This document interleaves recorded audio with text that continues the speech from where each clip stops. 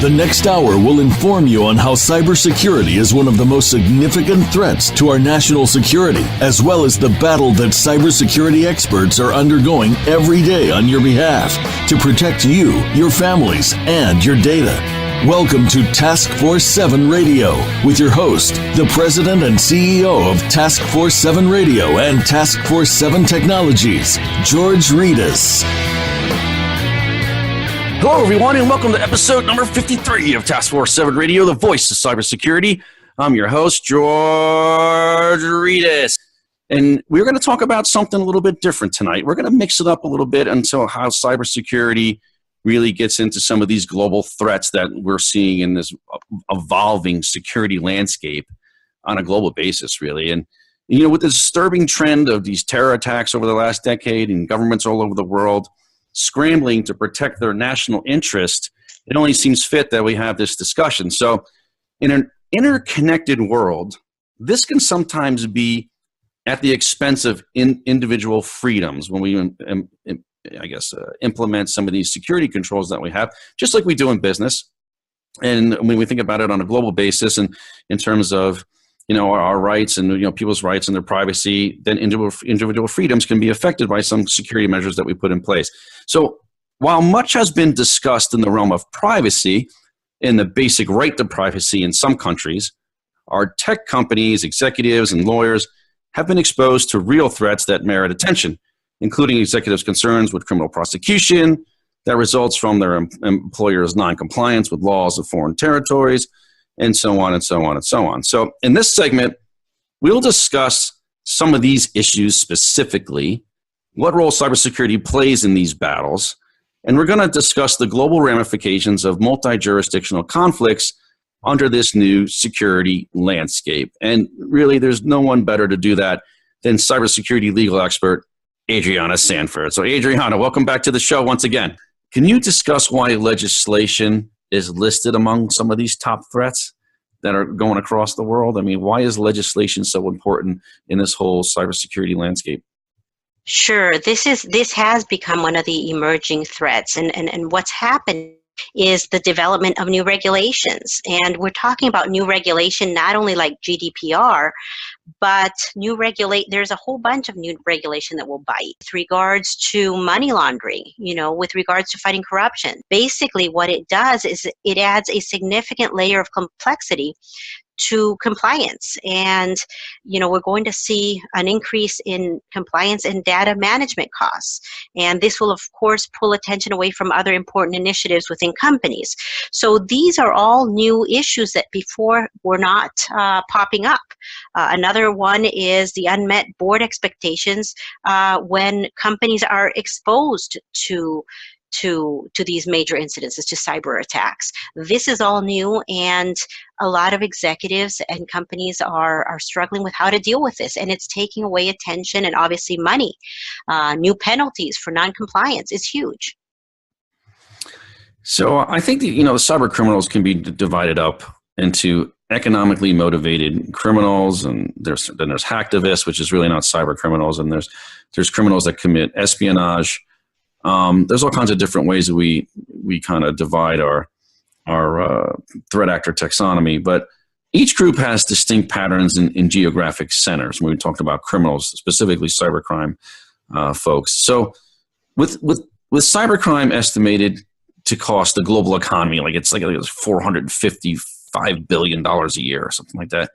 Is it now on par with the global drug trade? I know years ago, there were some statements made by the Treasury Department that cybercrime costs more than all the drug cartels combined, and then that statement was sort of withdrawn, and then somebody came back to it.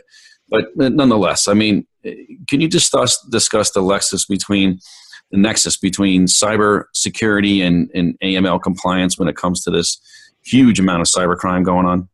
Sure, and back your statement a few seconds ago with regards to where we are and the concern of whether this is on par. If it's not on par, it certainly is very close to it, and especially if we're looking at the fact that these companies basically are being hacked and ransoms are requested. I mean, in the event these ransoms are being paid, terrorist financing is going to certainly shoot up in this area. Now, understanding the nexus between cyber and anti-money laundering compliance, cybersecurity, basically what you have to look at is understand the impact and understand how these work together, how financial institutions basically fight money laundering. Well, they need to have an in-depth knowledge of their customers, and they also need to know the patterns of crime. Similarly, with regards to cyber criminals, we just said, they're those criminals, or the hacktivists, and there are those that do espionage. Well, each group is distinct and has distinct patterns. In the same way that we are looking at money laundering and we need to understand the patterns of crime, we need to understand here.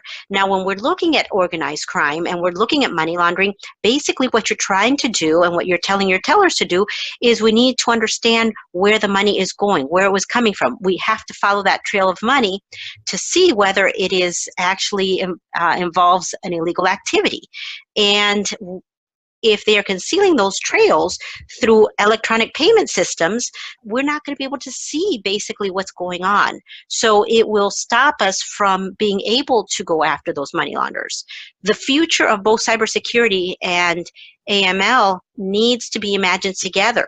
And without that, without us looking at the increasingly similar objectives and handling it at this, together, we're not going to get anywhere. So we just talked a little bit about AML compliance, but how about counterfeiting? I mean, how does the nexus between cyber threats and counterfeiting fit in the global threat landscape? Sure, George, you're right. All of these global threats, we can't look at them separately. We need to understand how they work together, because really our executives in our companies are struggling to combat them and to deal with them together. When we're talking about counterfeit, we're talking about counterfeit and pirated goods, and we're looking at a global value of about 1.7 trillion. And counterfeit is huge. It makes up basically 5 to 7% of the world trade. And if you're looking at costs of jobs, it's about 2.5 million jobs worldwide that are lost. And that's about 750,000 jobs in the United States alone. That's huge. I mean, I actually had no idea the numbers were that big. It is. 5 to 7% of the economy is counterfeiting. Right. And this is the concern. This has been basically one of the areas where we see a lot of terrorist financing, because basically the market can be 300%. And unlike in drugs, a lot of this information is not known. We don't have arrests. They just take off and they leave the counterfeit product behind, and they're not in the limelight. So the terrorists prefer this to drugs because it's easier. And again, this is an issue. This is a big concern. China is one of the primary sources of counterfeit of electronics, and this can be really, really a big deal because it threatens the reliability of military hardware and, of course, our critical infrastructure in telecom, in energy, and in transportation. We recycle a lot of our electronics. We when we're done using our computers, we send them to a recycling area, and then a lot of that actually makes it back to China. And in the recycling process is not clean. There's a lot of dust, there's a lot of stuff going on. And if we later on don't realize that this is counterfeit, it can be very, very dangerous, because all of a sudden it's not working. And defense technologies, this can pose a very serious threat to us. Yeah, of course, especially when we start talking about the supply chain and backdoors, and I'm probably going to do a whole episode on the whole Bloomberg article that just came out. So, but there's a lot here. There's a lot. I mean, I talked a little bit about AML, talked a little bit about counterfeit. Is there anything I'm missing? Is there any other global threats that have this huge nexus between cyber in that specific threat that maybe I left Sure. out? I mean, we could also look at basically how companies and supply chains right now are dealing with human trafficking. That is another huge global threat. And in the United States, our laws are not very strong with regards to human trafficking in the supply chain, and in other countries like France and the Netherlands, those laws have teeth. And to the extent there's human trafficking in your supply chain, those companies are going to be responsible. Now, how does cyber fit into this? How does all of this work together? There's blockchain out there. A lot of companies are turning to blockchain with regards to the supply chain and where is the country of origin and what's going on. So we're seeing some benefits, and we're seeing, some issues here with regards to these emerging technologies and how the global threats basically can be combated. But the important thing is for companies to take a look and take a step back and say, okay, where are the issues? How are we dealing with this? We need to document that there is no human trafficking. So how do companies handle these issues? I mean, with these mosaic structures and competing laws that we have and all these competing regulations that sort of seem duplicative, and not only through states in the United States and sometimes in some respects, but also when you look at, nationally and cross-border between countries. Right. Well, and this is why new legislation, new regulation is one of the biggest issues for this year. It's listed among the top. Companies are setting up whole intelligence teams to evaluate regulatory risk, because you really need a strategic plan on how you're going to handle all this stuff, right? Right. And I want to give a heads up there. To the extent you're hiring teams to support and monitor, remember, those also have to be checked. In the same way that we're checking, our compliance team is checking our company, and they're checking our suppliers, and not only the top 25 suppliers, but everyone, because those that are not on the radar are the ones that you're going to have problems with.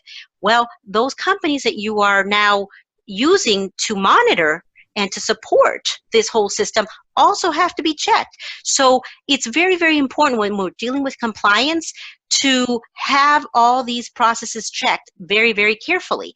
The same thing with your auditors. If you're having an audit, make sure you're reviewing that audit. Make sure there's a log and that log is being checked. You've got to go the extra mile if you're going to be addressing these issues. It's a new world out there, new legislation. Non-compliance can be very, very severe. You can have criminal liability. Remember, your in-house counsel. You've got to make sure that the laws in that country allow you to have attorney-client privilege, because if that attorney does not have, in-house counsel does not have the attorney-client privilege, your information will be disclosed. And in that case, you need that external counsel to step in and deal with those issues. So yes, we've got so much going on, and companies need, at this point, it has to be a global perspective. You can no longer sit in your little office, even if you have not, even if you're not operating internationally. The laws have extraterritorial reach, and they will affect you. We see that with the GDPR. So, I was asking you before about some of the new legislation that was coming out, and Inhouse Counsel, and how they were, maybe under-equipped to handle all this that's coming out at once, and they needed to hire outside counsel, and what kind of problems it created for them. So I think this probably is the same thing when it comes to these global threats and the nexus between cybersecurity and the cyber threats compared to AML and counterfeiting and human trafficking. And I mean, is it any different? I mean, the problems are still the same for in-house counsel, right? It's kind of compounded. Right. And well, this is an important point, because your in-house counsel may have a dilemma, because the laws compete and conflict with one another in different countries. And therefore, that attorney may have a difficult choice to make, because either path they take is going to create an issue. And it may be an issue of non-compliance, because you can't comply with both.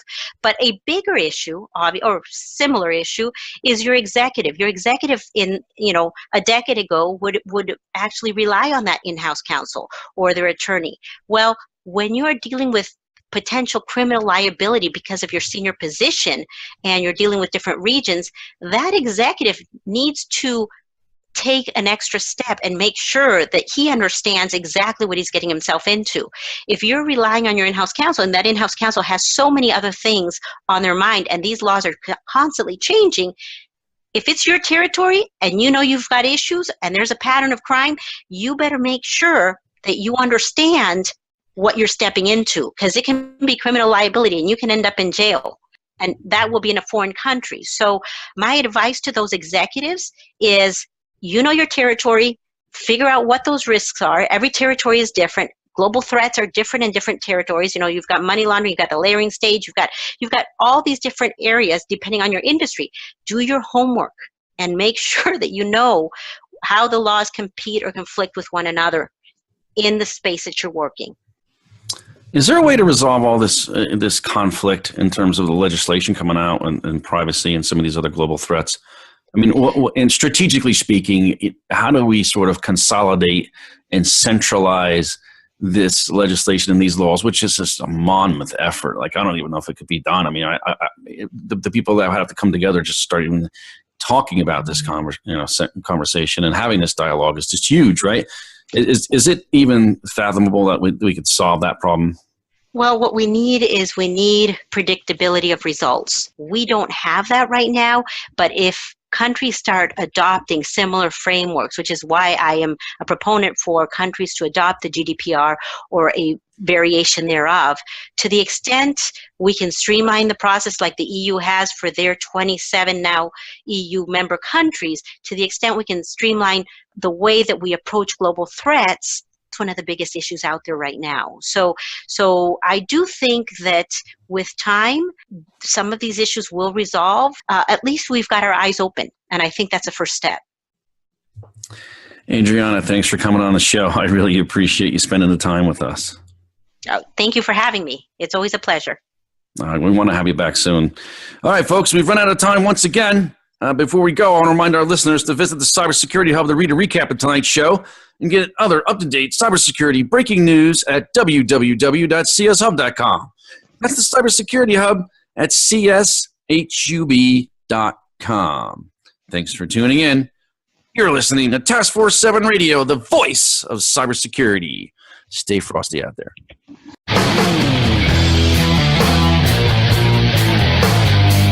Thank you for tuning in this week to Task Force 7 Radio. To learn more about Task Force 7 Radio, please visit our website at taskforce7radio.com. Be sure to join your host, George Reedus, again next Monday at 8 p.m. Eastern Time, 5 p.m. Pacific Time on the Voice America Business Channel.